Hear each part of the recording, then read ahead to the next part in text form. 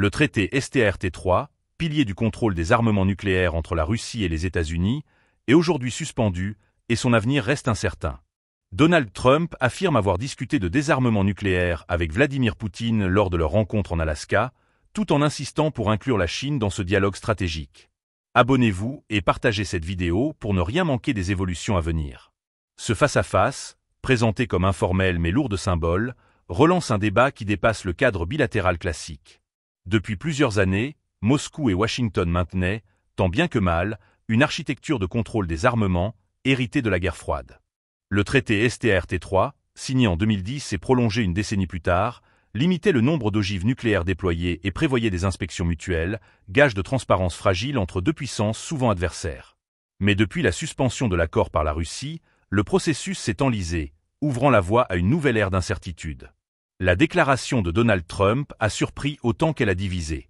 D'un côté, certains analystes saluent une tentative de réintroduire Pékin dans le jeu stratégique, soulignant que la Chine, avec son arsenal en croissance rapide, ne peut plus rester en marge. De l'autre, les critiques y voient une manœuvre diplomatique floue, risquant de diluer la relation bilatérale historique et de compliquer davantage les discussions déjà fragiles avec Moscou. L'élément central de cette équation reste la Russie. Vladimir Poutine répète depuis des mois que tout dialogue doit se faire sur un pied d'égalité, dénonçant l'attitude de Washington qu'il juge arrogante et unilatérale.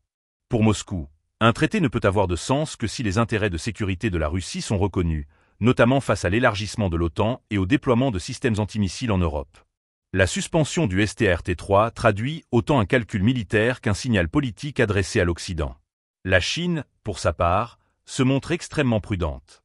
Pékin rejette l'idée d'intégrer les discussions sur la réduction des armes stratégiques, rappelant que son arsenal reste très inférieur à ceux des États-Unis et de la Russie.